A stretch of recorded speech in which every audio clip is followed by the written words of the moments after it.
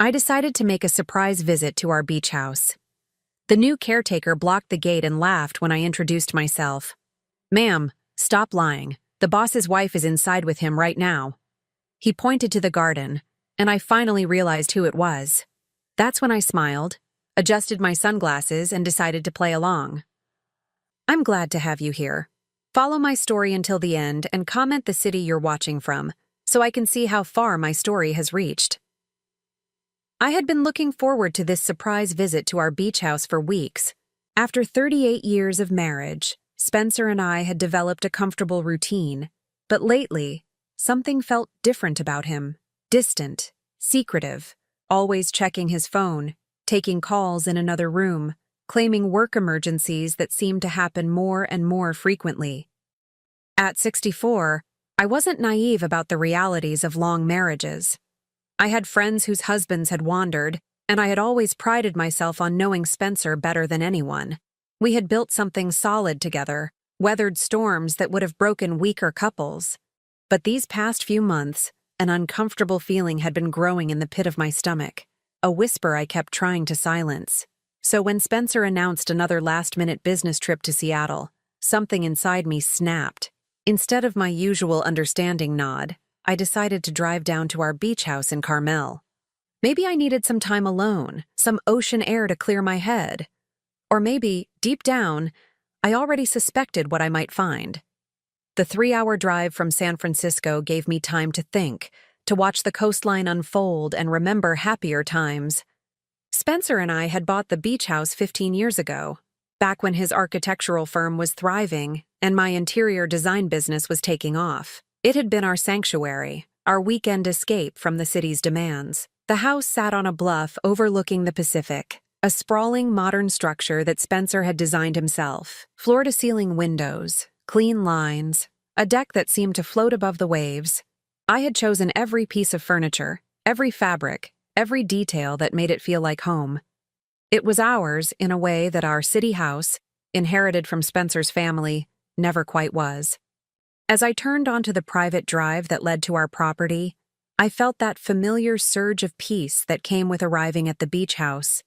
The late afternoon sun painted everything golden, and I could already hear the distant crash of waves below the bluff. But my peace shattered the moment I reached our gate. A young man I didn't recognize stood blocking the entrance, his arms crossed over his muscled chest. He looked to be in his 30s, with the kind of deep tan that spoke of outdoor work, and the confident stance of someone who knew exactly where he belonged. I rolled down my window, assuming Spencer had hired new security without mentioning it. "Excuse me, I need to get through to my house." The man laughed, actually laughed, as if I had just told him the most amusing joke. "Ma'am, I'm going to have to ask you to move along. This is private property." "Yes, I know it's private property. It's my property." I kept my voice calm, though irritation was beginning to build. "I'm Lorene Hartwell. This is my beach house." His laughter grew louder, and he slapped his thigh like I was performing in some comedy show. "Ma'am, please, stop lying. The boss's wife is already inside with him right now." He gestured toward the house with obvious amusement. "Nice try, though. You're not the first person to try this trick." My heart stopped. The boss's wife. Spencer was inside with his wife. But I was his wife. I followed the direction of his pointing finger, and that's when I saw her. A woman with long auburn hair was visible through the living room's massive windows, moving around my kitchen like she owned it. Even from this distance, I could see she was younger than me, probably in her 40s, wearing one of those flowing white sundresses that looked effortless and expensive. The woman moved with complete familiarity through my space, opening cabinets that I had organized, touching things that belonged to me, and then Spencer appeared beside her, his arm sliding around her waist with an intimacy that made my stomach clench. I had found my husband with another woman in our home, and somehow, I was the one being treated like an intruder. The young man was still talking, still finding my presence hilarious. "Look, lady, I don't know what game you're playing, but Mr. Hartwell and his wife Amelie are having a private weekend. They specifically asked not to be disturbed."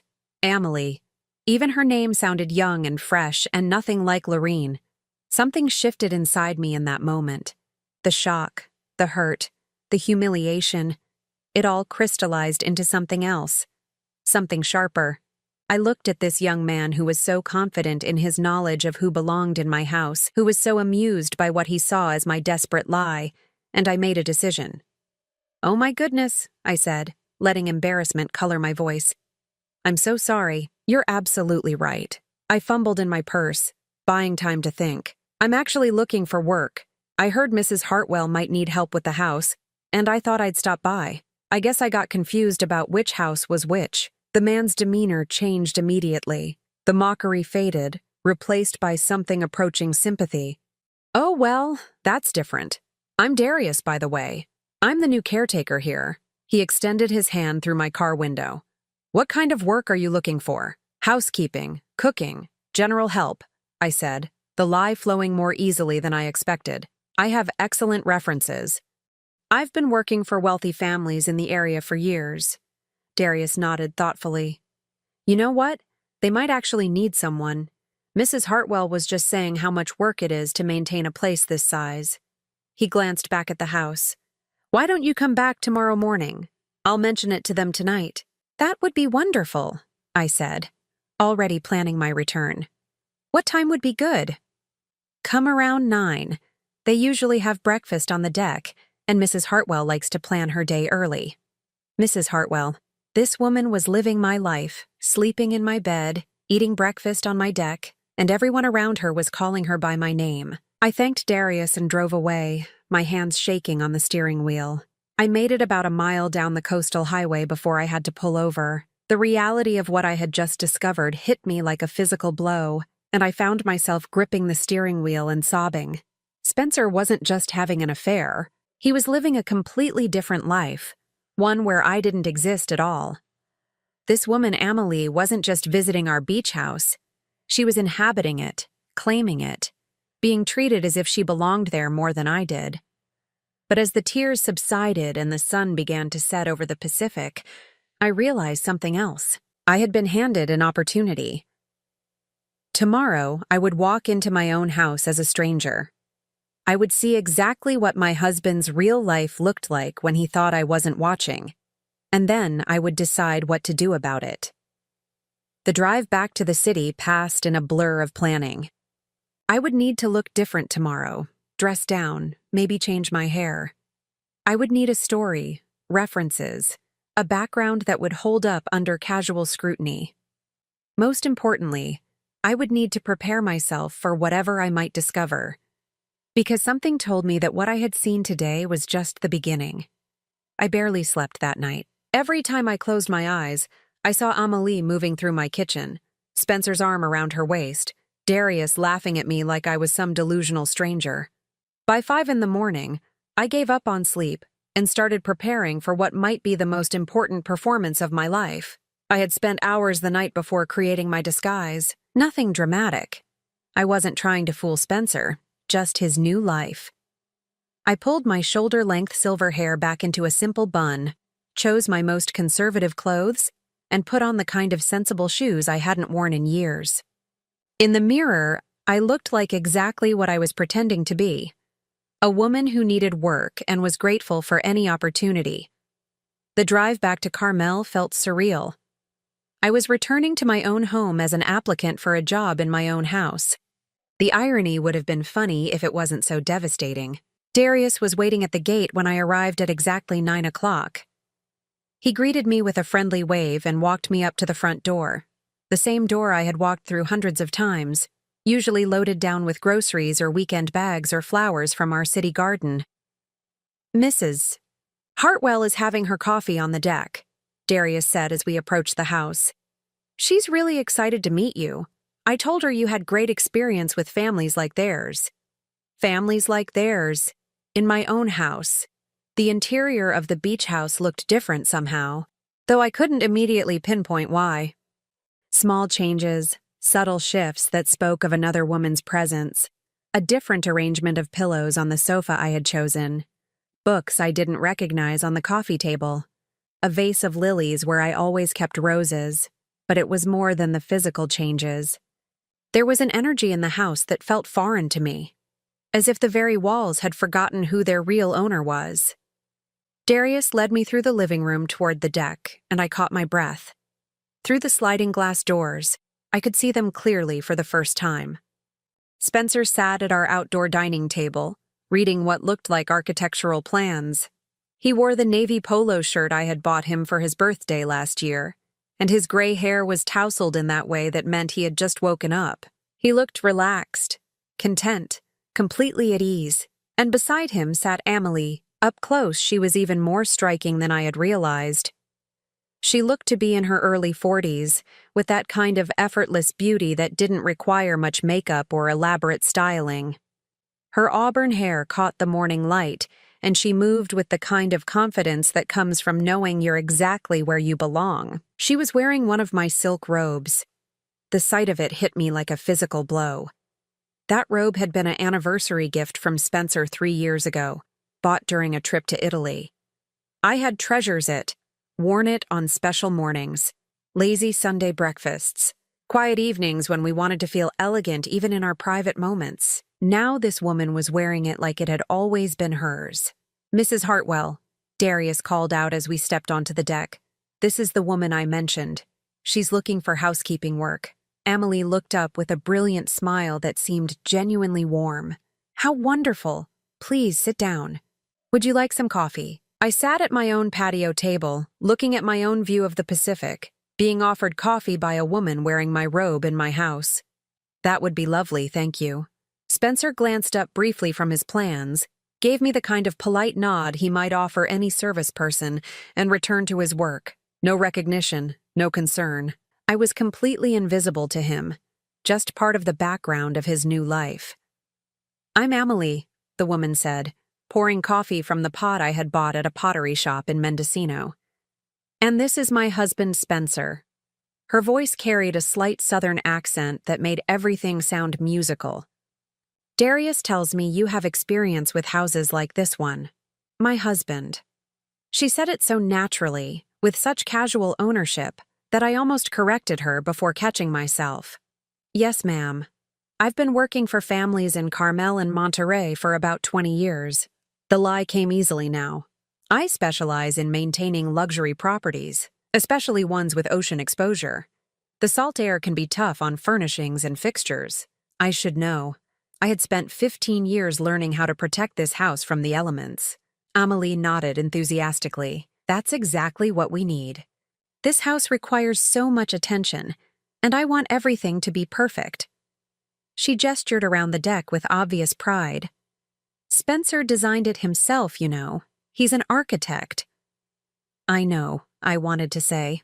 "I lived through every phase of construction, every late-night revision, every moment of his obsession with getting the angles just right to capture the morning light. It's beautiful," I said instead. "He has excellent taste." Spencer looked up at the compliment, finally focusing on me for a moment. "Thank you. It's taken years to get it exactly right." He glanced at Amelie with obvious affection. "My wife has been instrumental in making it feel like home." "My wife." The words felt like individual knife wounds. Amelie beamed at him, then turned back to me. "We're here most weekends now, and I'm hoping to spend even more time here soon.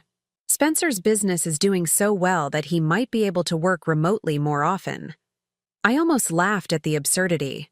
Spencer's business was doing well because I had helped build it, had managed the finances and marketing for years while he focused on design. Now this woman was casually discussing my husband's success, as if she had played any role in creating it. "What would you need me to do?" I asked, forcing my voice to remain professional. "Everything, really," Amelie said with a light laugh. "Cleaning, laundry, meal preparation when we're here, maybe some grocery shopping, organizing, general maintenance of the house's condition." She paused, considering. "Would you be available to live in during the weeks when we're here? There's a small apartment above the garage that we could make available." Live in. She wanted me to live in my own house as her employee. I could make that work, I heard myself saying. "Wonderful." Emily clapped her hands together like a delighted child. When could you start? Immediately, if you need me to. Spencer looked up again, and for a terrifying moment, I thought he might recognize me. But his gaze passed over me with the same indifference he might show a piece of furniture. Sounds good, he said absently. Darius can show you around, help you get settled. And just like that, I was hired to work in my own house for my husband and his mistress. The next hour passed in a surreal tour of my own home. Darius showed me the layout as if I had never seen it before, explaining where things were kept, how various systems worked, what Spencer and Emily's preferences were. Mr. Hartwell likes his coffee strong, and Mrs. Hartwell prefers tea in the afternoons. He told me as we stood in my kitchen. They usually eat breakfast on the deck when the weather's nice. Mrs. Hartwell is trying to eat healthier, so lots of fresh fruit and vegetables. I nodded and took mental notes, learning about my husband's life as if I were a stranger, which apparently I was. The guest apartment above the garage had been Spencer's office during construction, then a storage space for beach equipment. Now it had been converted into basic living quarters. A bed, a small kitchenette, a bathroom with a shower. It was clean and functional, but painfully impersonal. Mrs. Hartwell had this set up last month, Darius explained. She said they might need live-in help eventually. So this had been planned. Emily had been preparing for a housekeeper, preparing to establish herself more permanently in what she clearly saw as her home. It's perfect, I told Darius, looking around the small space that would now be my home while strangers lived in my real home below. As evening approached and I settled into the guest apartment, I found myself staring out the small window at the house below. I could see Spencer and Amelie through the dining room windows, sharing dinner at the table where I had celebrated birthdays, anniversaries, quiet Sunday mornings. They looked happy, comfortable, like a couple who belonged together. And I was watching it all from the outside, like some ghost of my own life. But as I prepared for bed in this strange exile, I realized something important. I wasn't just watching anymore.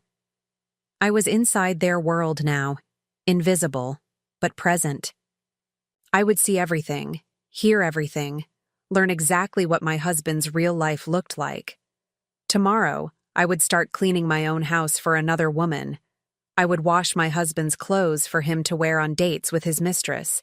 I would prepare meals in my kitchen for people who had stolen my life. But I would also be gathering information, watching, learning, and eventually, when I knew everything there was to know about their perfect little charade, I would decide exactly how to destroy it. I had been living in my own house as a stranger for 2 weeks when I overheard the conversation that changed everything. What I had initially thought was a simple affair, devastating as it was, turned out to be something far more sinister. The routine I had fallen into was both comforting and torturous. Every morning I would wake in the small apartment above the garage and prepare to serve the people who had stolen my life. I made their coffee, prepared their meals, cleaned their messes, and listened to their casual conversations about a future that apparently didn't include my existence. Spencer had fallen completely into the role of Amelie's devoted husband. He brought her flowers, kissed her goodbye when he left for his supposed business meetings, held her hand during their evening walks on the beach. If I didn't know better, I would have believed they were genuinely in love, but I was starting to notice things that didn't quite fit. Amelie received frequent phone calls that she always took in private, stepping out onto the far end of the deck or into the bedroom when her phone rang. Spencer often worked late into the night on projects that seemed to have nothing to do with his architectural firm. And sometimes, when they thought I was out of earshot, their conversations took on an intensity that seemed at odds with their public affection. It was a Thursday morning when everything fell apart. I was in the laundry room, folding clothes that Spencer had worn during romantic dinners with his mistress, when I heard raised voices from the bedroom. The laundry room shared a wall with the master suite, and the ocean breeze had blown their window open. "You promised me it would be finished by now," Amelie was saying, her voice sharp with frustration.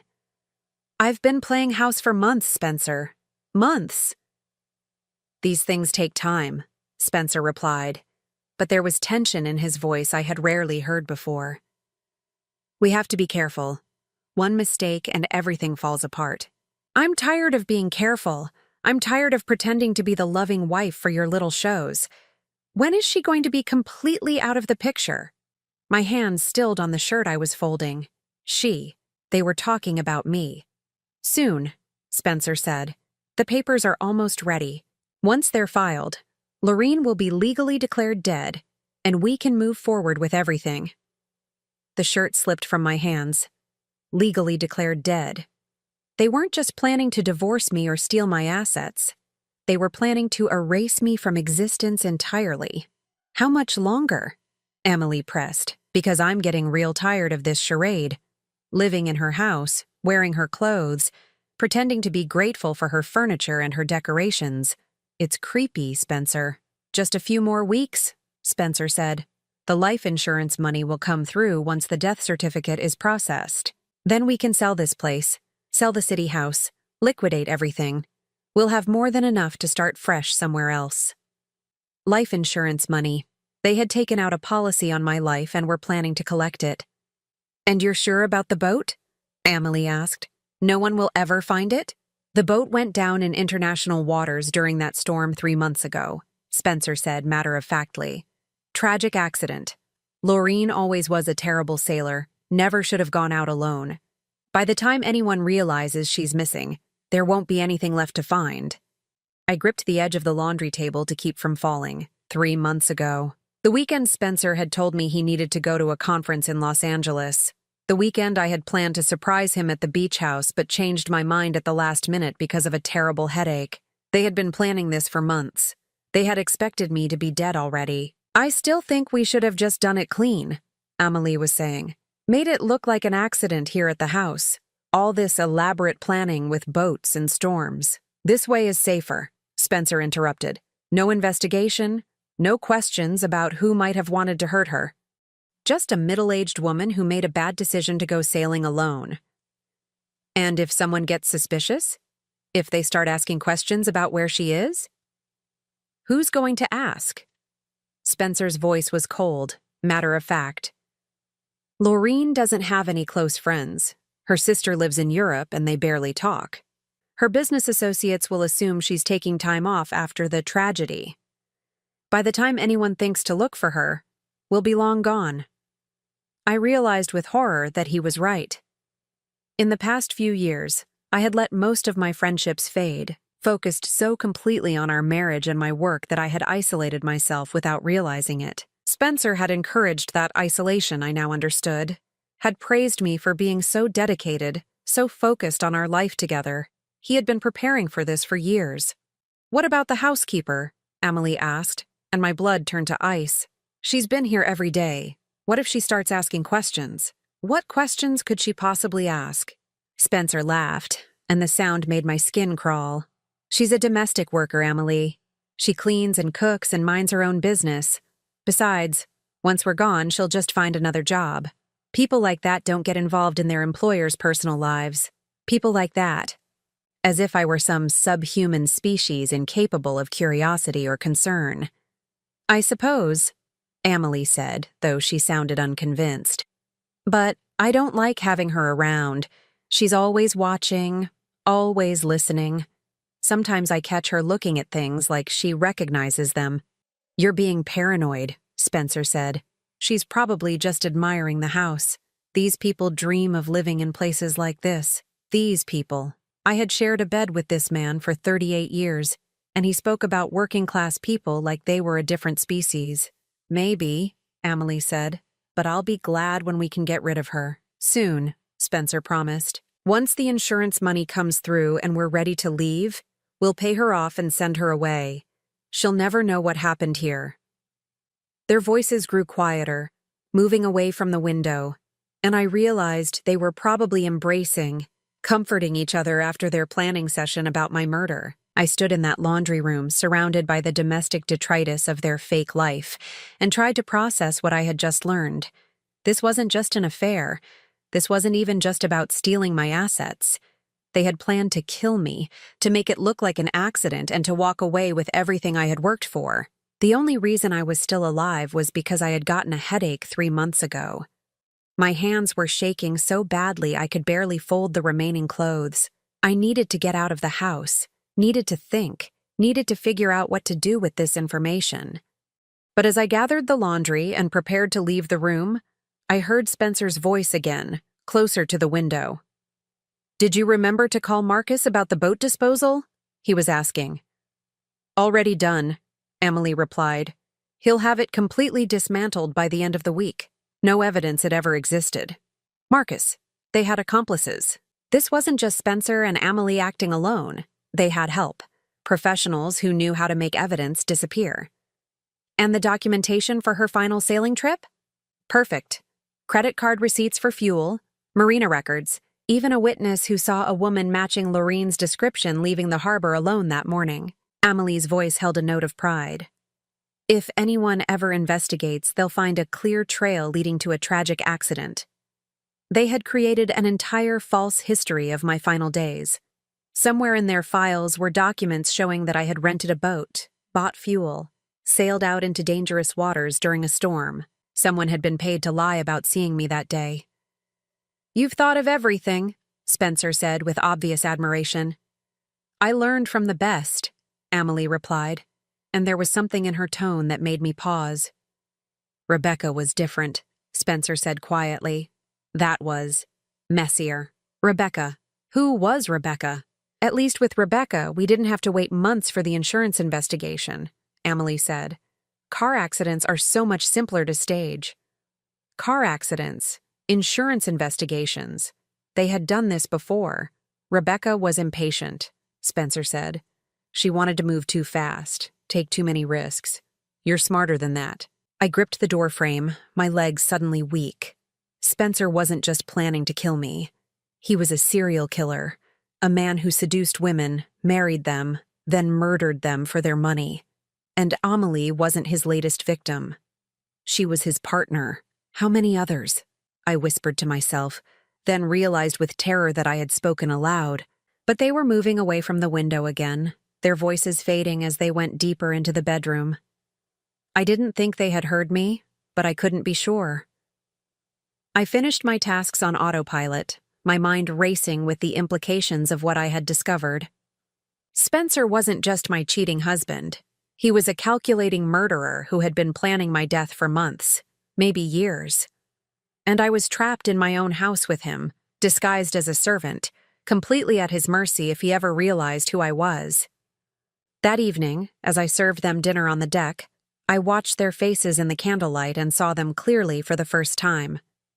Spencer, the man I had loved and trusted for nearly 4 decades, was a monster who saw me as nothing more than a financial opportunity. And Amelie, with her warm smiles and gracious manners, was his willing accomplice in murder. They ate their meal and made pleasant conversation about their plans for the weekend, while I stood nearby refilling their wine glasses and planning how to stay alive long enough to expose them. Because now I knew the truth. And the truth was so much worse than I had ever imagined. After discovering Spencer and Amelie's plan to murder me, I knew I had to act fast. But I also knew I had to be smart about it. Going to the police with a story about overhearing my supposedly dead husband planning my murder while disguised as his housekeeper would sound like the ravings of a madwoman.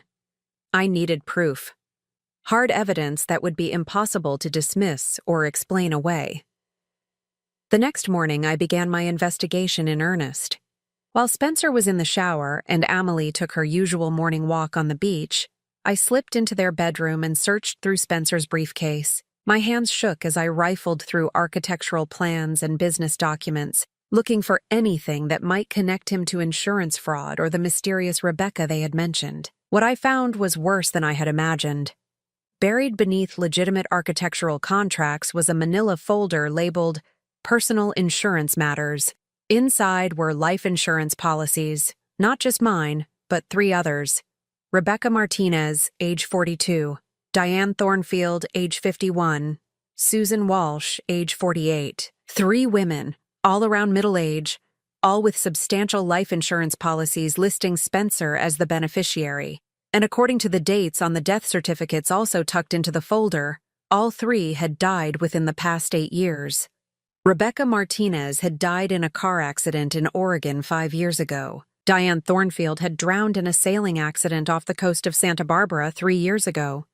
Susan Walsh had died in a house fire in Colorado 2 years ago. All accidents, all involving wives of Spencer Hartwell, architectural consultant, who had collected substantial life insurance payouts after their tragic, untimely deaths. My husband wasn't just planning to kill me. He was a serial killer who had been murdering wives for money for years. With trembling hands, I used my phone to photograph every document in the folder. The insurance policies, the death certificates, bank records showing the insurance payouts being deposited into accounts in Spencer's name. Everything that proved his pattern of murder. But as I was photographing the last document, I heard footsteps in the hallway. Spencer was getting out of the shower earlier than usual. I quickly shoved the papers back into the folder, making sure everything was in the exact order I had found it, and slipped out of the bedroom just as Spencer emerged from the bathroom, a towel around his waist. "Oh, excuse me, Mr. Hartwell," I said, grabbing a spray bottle from my cleaning supplies. "I was just going to dust the bedroom, but I can come back later." "No problem," he said absently, not really looking at me. "Just give me 10 minutes to get dressed." I retreated to the hallway, my heart pounding so hard I was sure he could hear it. I had the evidence I needed, but I also realized how much danger I was in. If Spencer ever suspected what I had discovered, I wouldn't live long enough to use it. Over the next few days, I continued gathering evidence with the methodical precision of someone whose life depended on it. Because it did. I discovered that Amelie had her own folder hidden in the bedroom closet, tucked inside a shoebox behind her summer clothes. This folder contained what appeared to be detailed dossiers on Spencer's previous wives, including photographs, financial information, and personal details that would have taken months of surveillance to gather. Rebecca Martinez had been a successful real estate agent with no close family and a substantial investment portfolio. Diane Thornfield had been a divorced financial advisor with a teenage daughter who lived with her ex-husband. Susan Walsh had been a widow with grown children who lived across the country. The pattern was clear. Spencer targeted middle-aged women with money, but limited family connections. Women who wouldn't be missed immediately, whose deaths wouldn't generate intensive investigations. And at the bottom of Amelie's folder was a dossier on me. Seeing my own life reduced to bullet points on a target assessment was surreal and terrifying. Laureen Hartwell, age 64, interior designer, estimated net worth $1.2 million. No children, sister lives in London, limited social connections. Husband reports she has become increasingly reclusive in recent years. Increasingly reclusive. Spencer had been isolating me systematically, encouraging me to decline social invitations, to focus on our marriage instead of maintaining friendships. I had thought he was being romantic, wanting to spend more time together. Instead, he had been preparing me for murder. But the most chilling discovery was Amelie's own background. According to documents I found in her personal files, her real name was Amanda Kellerman, and she had a criminal record going back 15 years. Fraud, identity theft, conspiracy. She wasn't just Spencer's latest wife, she was a professional con artist who specialized in insurance scams. The two of them were a team, predators who had been working together to systematically murder wealthy women for their money. I also discovered their immediate plans. Among Spencer's papers was a detailed timeline for my death. According to their schedule, I was supposed to have died 3 months ago during a sailing accident. My memorial service had already been planned, scheduled for next month to give time for the insurance investigation to conclude. But what terrified me most was finding their backup plan. If the sailing accident couldn't be arranged, they had alternative scenarios ready. A hiking accident on one of my favorite trails. A home invasion at our city house. Even a medical emergency that could be induced with untraceable drugs. They weren't going to give up. If I didn't disappear soon, they would find another way to kill me. I photographed everything, uploading the images to a secure cloud storage account I created under a false name. But I knew that evidence alone wouldn't be enough. I needed to catch them in the act, get them to confess their crimes in a way that could be recorded and verified. The opportunity came sooner than I expected. On Friday evening, Spencer received a phone call that agitated him visibly. I was serving dinner when his phone rang, and I watched his face change from relaxed contentment to sharp concern. "When?" he said tersely. "How much does she know?" He listened for several minutes, his jaw tightening with each passing second. Finally, he hung up and turned to Amelie with an expression I had never seen before. Pure, calculating rage. "We have a problem," he said quietly. "What kind of problem?" Amelie set down her fork, immediately alert. That was Marcus. Someone's been asking questions about Rebecca Martinez's death. Her daughter hired a private investigator. Rebecca's daughter, the teenage girl who had been living with her father when her mother died. She was older now, old enough to start questioning the convenient timing of her mother's death. "How much does the investigator know?" Amelie asked. "Too much. He's connected Rebecca to Diane, and he's starting to ask questions about my involvement with both of them." Spencer ran his hands through his hair. "We need to move up our timeline." "Move it up how much?" Amelie's voice was steady, but I could see tension in her shoulders. "We finish this weekend," Spencer said. "We can't wait for the insurance declaration anymore. We stage Lorene's accident now, tonight, and then we disappear. Tonight. They were planning to kill me tonight." I forced myself to continue serving their meal as if I hadn't heard anything, but inside I was screaming. All my evidence gathering, all my careful planning, none of it would matter if I didn't survive the next few hours.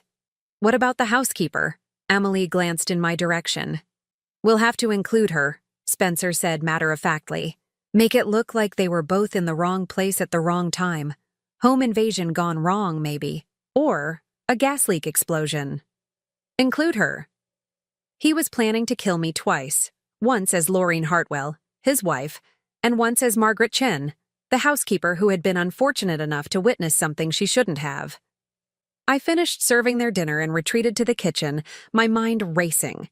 I had hours, maybe less, before they put their plan into action. I needed to get evidence of their immediate plan, something that would prove they were about to commit murder. As they finished eating and moved to the living room for after-dinner drinks, I slipped my phone into recording mode and found a position where I could hear their conversation clearly. "So what's the plan?" Amelie was asking. "How do we stage it so both of them are taken care of?" "Gas leak," Spencer said without hesitation. "I'll disconnect the line to the stove, let gas build up in the kitchen overnight. In the morning, when the housekeeper comes in to make coffee, any spark will set off an explosion. Both bodies will be found together. Tragic accident. No survivors to tell a different story. And we'll be where? Already on the road to Mexico. I've got new identities ready. Cash reserves in offshore accounts. By the time the fire department finishes investigating, we'll be somewhere with no extradition treaties. What about the investigation into Rebecca? Won't matter once we're gone. Let them investigate all they want. There won't be anyone left to prosecute." I had it. A recorded confession to their plan to murder me and frame it as an accident. But I also realized that I was running out of time. Once they went to bed, Spencer would disconnect the gas line, and by morning, this house would be a crater and I would be dead. I couldn't run. They would notice if I disappeared, and they would know their plan had been compromised. I couldn't call the police from the house. They would hear me. But I had one advantage they didn't know about. I wasn't just Margaret Chen, the housekeeper who happened to overhear their plan. I was Lorene Hartwell, the woman they thought they had already killed. And unlike his previous victims, I knew exactly who Spencer really was and what he was planning to do. Tomorrow, if I survived the night, I would stop being a victim and start being a predator. Tonight, I had to make sure I lived long enough to destroy them both. I had 6 hours until dawn. 6 hours before Spencer would disconnect the gas line and turn my own house into my tomb. 6 hours to orchestrate the most important performance of my life. After retreating to the guest apartment above the garage, I spent the first hour uploading all my evidence to multiple cloud storage accounts and emailing copies to myself at various addresses. If something went wrong, if I didn't survive the night, at least there would be a record of what Spencer and Amelie had done. But I didn't intend to die tonight. Instead, I was going to give them exactly what they wanted. with a twist they would never see coming. At 2 in the morning, I crept out of the apartment and made my way to the main house. Spencer and Amelie were asleep in my bedroom, probably dreaming about the new life they would start after my murder. The house was dark, except for the soft glow of emergency lighting along the hallways. I knew every inch of this house, every creaking floorboard, every door that squeaked. I had lived here for 15 years, and now that intimate knowledge was going to save my life. My first stop was Spencer's home office, where he kept his backup files and emergency documents. I knew his filing system better than he did. I had organized it myself years ago. In the bottom drawer of his desk, behind folders of old tax returns, I found what I was looking for, a thick envelope labeled Emergency Protocols. Inside were new identities for both Spencer and Amelie, complete with passports, birth certificates, and social security cards. Spencer would become Robert Hamilton, architectural consultant. Amelie would become Sarah Hamilton, his devoted wife. They even had matching wedding rings tucked into the envelope, ready to replace the ones they wore now. But more importantly, I found their escape route. Detailed directions to a private airstrip 40 miles inland, where a plane would be waiting at 6 in the morning to take them to Mexico. From there, they would travel to Costa Rica, where Spencer apparently owned a villa under one of his false identities. They had been planning this escape for months, maybe years. Every detail had been considered, every contingency planned for, except one. They had never planned for their victim to fight back. I photographed the documents and returned them to exactly where I had found them. Then I made my way to the kitchen, where Spencer planned to disconnect the gas line in a few hours. But I had a different plan. Working by the light of my phone's flashlight, I carefully examined the gas connections behind the stove. Spencer's plan was simple but effective. Disconnect the line, let gas build up overnight, and wait for the first spark in the morning to cause an explosion that would destroy all evidence of his crimes. Instead, I did something he would never expect. I loosened the connection just enough to create a small leak, not enough to cause an explosion, but enough to trigger the gas detection system I had installed 2 years ago after a neighbor's house had suffered a gas leak. Spencer had complained about the expense at the time, calling it unnecessary paranoia. Tonight, my paranoia would save my life. The detector would start sounding its alarm around 5 in the morning, giving me time to discover the leak and save Spencer and Amelie from a tragic accident. I would be the hero, not the victim. But that was only the first part of my plan.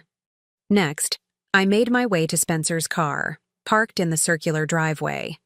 Using skills I had learned during a brief rebellious period in college, I carefully disabled his engine in a way that would seem like a mechanical failure rather than sabotage. When Spencer tried to leave for the airstrip in the morning, his car wouldn't start. Then I called the one person I knew I could trust, Detective Sarah Morrison of the Monterey County Sheriff's Office. Sarah and I had become friends years ago when her department was investigating a burglary at one of my design projects. We had stayed in touch, and I knew she would listen to me, even at 3 in the morning. "Sarah," I whispered when she answered her phone. "I need your help. I'm about to stop a murder." "Lorene, Jesus, what time is it? Are you okay?" "I'm fine, but I won't be for much longer. I need you to trust me and do exactly what I ask, without questions." I gave her the abbreviated version. My husband was planning to kill me for insurance money. I had evidence of multiple previous murders, and they were planning to stage my death as a gas leak explosion this morning. "Where are you now?" Sarah's voice was instantly alert, all traces of sleep gone. "I'm at my beach house in Carmel." "But Sarah, you can't come here yet. I need to catch them in the act, get them to confess while you're listening. Otherwise, they'll just claim I'm a delusional woman making up stories about her husband. Lorene, this is too dangerous. If they're really planning to kill you, they think they already killed me," I interrupted. "They don't know I'm alive. That's my advantage." I explained my plan quickly. Sarah would position herself and her team outside the house at 5:30, just before the gas alarm was set to go off. I would record everything on my phone while she listened in through a conference call. When Spencer and Amelie revealed their plan or tried to stop me from saving them, Sarah would have probable cause to arrest them. "This is insane," Sarah said, but I could hear her writing notes. But if you're right about the previous murders, I'm right. I have all the evidence. Life insurance policies, death certificates, even their planned escape route. But I need them to incriminate themselves with you listening. Okay. But Lorene, if anything goes wrong, if you feel like you're in immediate danger, you run. Don't try to be a hero. Too late for that, I said. I've been a victim for 38 years without knowing it. Tonight, that ends. After hanging up with Sarah, I spent the remaining hours before dawn preparing for the confrontation that would either free me or kill me. I reviewed my evidence one final time, practiced what I would say to trigger Spencer and Amelie into revealing their plan, and wrote a final letter to my sister in London, just in case. At 5 in the morning, I was back in the guest apartment, fully dressed and waiting. At 5:15, I called Sarah and put her on speakerphone, then muted my end of the call so she could hear everything that was about to happen. At 5:27, the gas detector began its piercing wail. I waited exactly 3 minutes, long enough for Spencer and Amelie to wake up and start panicking, before I burst through the main house's front door like a concerned employee responding to an emergency. "Mr. Hartwell! Mrs. Hartwell!" I shouted as I ran toward their bedroom. "There's a gas leak! We need to evacuate immediately!" I found them in the hallway, Spencer pulling on clothes while Amelie stood frozen in her nightgown, her face pale with what looked like genuine terror. "What's happening?" Spencer demanded. "Gas leak in the kitchen," I said breathlessly. "The alarm woke me up. We need to get out of the house right now before it explodes." I started shepherding them toward the front door, but Spencer suddenly stopped. "Wait," he said, his expression changing. "How did you know to check the kitchen?" "The alarm system shows which sensor triggered the alert," I lied smoothly. "Come on, we need to leave now." But Spencer wasn't moving. Instead, he was staring at me with a look I had never seen before. Suspicious, calculating, dangerous. "Amelie," he said quietly, never taking his eyes off me, "doesn't this seem convenient to you? A gas leak? The night before we're supposed to leave?" Amelie looked between us, confusion evident on her face. "What are you saying?" "I'm saying maybe our housekeeper knows more than she's been letting on." The gas alarm continued its shrill warning, but Spencer seemed oblivious to the danger. All his attention was focused on me, and I could see the exact moment when suspicion crystallized into certainty. "You know what I think?" he said, stepping closer to me. "I think you've been listening to conversations you shouldn't have heard. I think you know exactly who we are and what we're planning. Mr. Hartwell, we really need to evacuate," I said, but my voice sounded strained even to my own ears. "No," Spencer said, his voice deadly calm. "I think we need to have a conversation first. About who you really are and what you think you're going to do with whatever you think you know." The mask was slipping. The charming, sophisticated architect was disappearing, revealing the cold-blooded killer underneath. "Spencer, what are you doing?" Amelie demanded. "The house could explode." "The house isn't going to explode," Spencer said, still staring at me. "Because there isn't really a gas leak, is there? You disconnected the alarm system and triggered a false alert." He was wrong about the method, but right about my intention. And now I was trapped in a room with 2 killers who knew I was a threat to them. "I think," Spencer continued, "it's time you told us who you really are. Because I'm starting to suspect that Margaret Chen isn't your real name." This was it. The moment I had been planning for. The moment when everything would either fall into place or fall apart completely. I took a deep breath, straightened my shoulders, and looked Spencer Hartwell directly in the eyes. "You're right," I said quietly. "Margaret Chen isn't my real name." Spencer smiled triumphantly, but his expression changed to confusion when I continued. "My real name is Lorene Hartwell, and you're my husband." The silence that followed was broken only by the continued wailing of the gas alarm. Spencer's face went white, then red, then white again. Amelie gasped and took a step backward. "That's impossible," Spencer whispered. "Lorene is dead." "No," I said, allowing all my rage and pain to show in my voice. "Lorene was supposed to be dead. But your plan failed, Spencer. I'm very much alive, and I know everything." Spencer's hand moved toward his pocket, and I realized he might be carrying a weapon, but before he could act, Amelie grabbed his arm. "Spencer, the gas," she hissed. "If she's telling the truth about who she is, then she really did trigger a gas leak. We need to get out of here." "She's lying," Spencer snarled. "She's just some crazy woman who's been spying on us."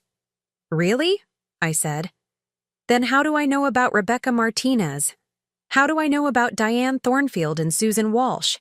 How do I know about your planned escape to Costa Rica this morning?" Spencer's face crumpled with the realization that I did indeed know everything. "You've been busy," he said slowly. "But it doesn't matter. You're still going to die tonight. We'll just have to make it look like you tried to blackmail us and things went wrong." "No," I said firmly. "I'm not going to die tonight. But your plan is." I held up my phone, showing that it was recording.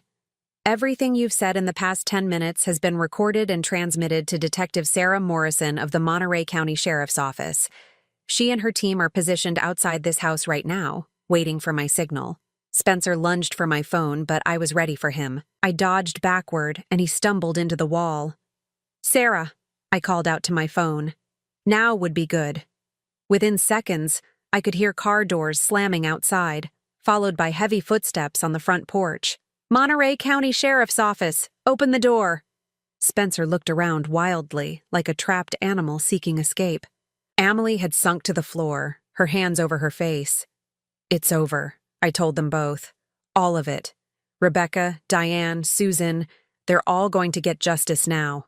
The front door burst open, and Sarah Morrison entered with 3 other officers, weapons drawn. "Spencer Hartwell, Amanda Kellerman, you're under arrest for conspiracy to commit murder and insurance fraud," Sarah announced. As the officers handcuffed Spencer and Amelie, Spencer looked at me with pure hatred. "You think you've won?" he spat. "You have no idea what you've started. There are others involved in this, people who won't let you destroy everything we've built. Let them come," I said calmly. "I'm not afraid anymore." And for the first time in months, maybe years, that was completely true. 6 months later, I stood in the courtroom listening to the judge read Spencer's sentence. 3 consecutive life terms without the possibility of parole for the murders of Rebecca Martinez, Diane Thornfield, and Susan Walsh, plus an additional 25 years for conspiracy to commit murder and insurance fraud. Amelie, who had agreed to testify against Spencer in exchange for a reduced sentence, received 20 years. She would be 62 when she was released, assuming she lived that long. Prison was not kind to women who preyed on other women. The families of Spencer's victims were in the courtroom that day. Rebecca's daughter, now 22, had driven down from Oregon. Diane's sister had flown in from New York. Susan's son had taken time off from his job in Denver. They all thanked me afterward, with tears in their eyes, for giving them the closure they had never thought possible. "My mother always said something felt wrong about that car accident," Rebecca's daughter told me. "Thank you for proving she was right."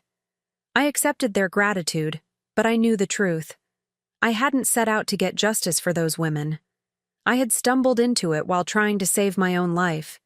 But sometimes the best justice comes from the most unexpected places. The trial had been a media sensation, naturally. Husband's murder plot foiled by wife's secret investigation had been featured on every major news program. I had turned down interview requests and book deals, wanting nothing more than to disappear from public attention and rebuild my life in peace. The beach house had been sold within a month of Spencer's arrest. I couldn't bear to live there anymore, not after everything that had happened within those walls. Every room held memories of watching my husband plan my murder, of serving dinner to the people who wanted me dead.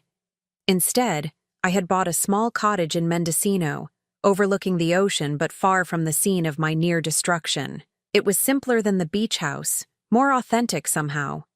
A place where I could be myself without the weight of Spencer's expectations and manipulations.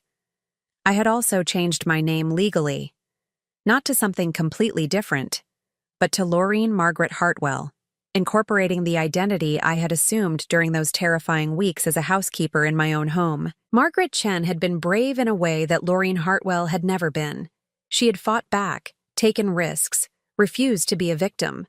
I wanted to honor that strength. My interior design business had initially suffered from the publicity surrounding the trial. Some clients were uncomfortable with the association, worried that hiring me would bring unwanted attention, but others were drawn to the story of a woman who had fought back against impossible odds. My client base had shifted, but it had also grown stronger, filled with people who understood survival and resilience. I was working on a project for one such client, a women's shelter that needed help creating spaces that felt safe and nurturing rather than institutional, when Detective Sarah Morrison called with news I had been both expecting and dreading. "We found Marcus," she said without preamble. "Spencer's contact, the one who helped dispose of evidence. He was arrested in Tijuana trying to cross into Guatemala. Marcus Reyes had been Spencer's connection to the criminal underworld, the man who arranged for boats to disappear, witnesses to be paid off, evidence to vanish without a trace. His arrest meant that Spencer and Amelie's entire network was finally being unraveled. He's talking," Sarah continued, "giving us details about other cases, other people Spencer worked with. It looks like your husband was part of something much bigger than we initially realized." I wasn't surprised. Spencer had always been a planner, someone who thought 10 steps ahead. It made sense that he would have built connections with other criminals, other people who could help him carry out his schemes. "How many others?" I asked, though I wasn't sure I wanted to know. "At least 6 more women over the past 15 years. Maybe more as we dig deeper." Marcus kept records, photographs, details about each case. He saw it as insurance, leverage he could use if Spencer ever tried to cut him out. 6 more women. 6 more families who had lost mothers, daughters, sisters to Spencer's greed. 6 more cases where justice had been delayed but not denied. "Will you testify if we need you to?" Sarah asked. "Of course," I said without hesitation. "Whatever you need." After hanging up, I sat in my cottage's kitchen, drinking tea and watching the sunset paint the ocean in shades of gold and crimson. I thought about those 6 women, about the lives they should have lived, the families they should have had. I thought about Rebecca and Diane and Susan, whose voices had finally been heard.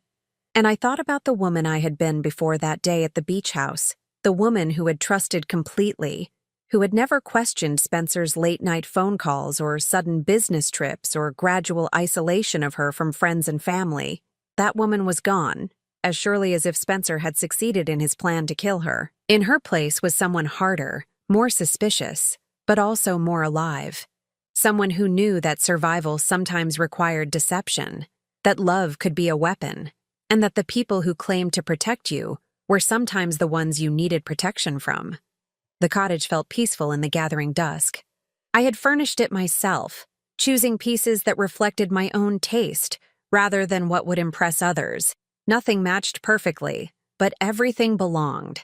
It was a home built for one person's comfort rather than a showcase designed to demonstrate wealth and status. I had learned to live alone without being lonely. I had learned to trust my instincts instead of dismissing them. I had learned that being careful wasn't the same as being paranoid, and that protecting yourself wasn't the same as being selfish. My phone buzzed with a text message from an unknown number. For a moment, my old paranoia flared. Could Spencer's criminal associates be trying to intimidate me? But when I opened it, I found a message from Rebecca Martinez's daughter. "Hi, Mrs. Hartwell. I wanted to let you know that we're having a memorial service for my mom next month to celebrate her life instead of mourning her death. Would you like to come? She would have wanted to thank you herself." I stared at the message for a long time, tears blurring my vision. In saving my own life, I had given those families something precious, the truth about what had happened to their loved ones. I had given them someone to hold accountable, someone to blame, someone to see punished for the crimes committed against their families. But more than that, I had given them proof that their instincts had been right. Rebecca's daughter had always suspected her mother's death wasn't really an accident. Diane's sister had questioned why her sister would go sailing alone during a storm. Susan's son had wondered why his mother's house fire had started in a room she never used. They had all doubted the official stories, but they had been told they were being paranoid. that they were looking for someone to blame because they couldn't accept that accidents sometimes happen to good people. Now they knew they had been right to doubt, right to question, right to believe that something was wrong, even when everyone else told them to accept what had happened and move on. I typed back my response. I would be honored to attend. That evening, as I prepared for bed in my small cottage, I caught sight of myself in the bathroom mirror. The face looking back at me was different from the one I had seen 6 months ago.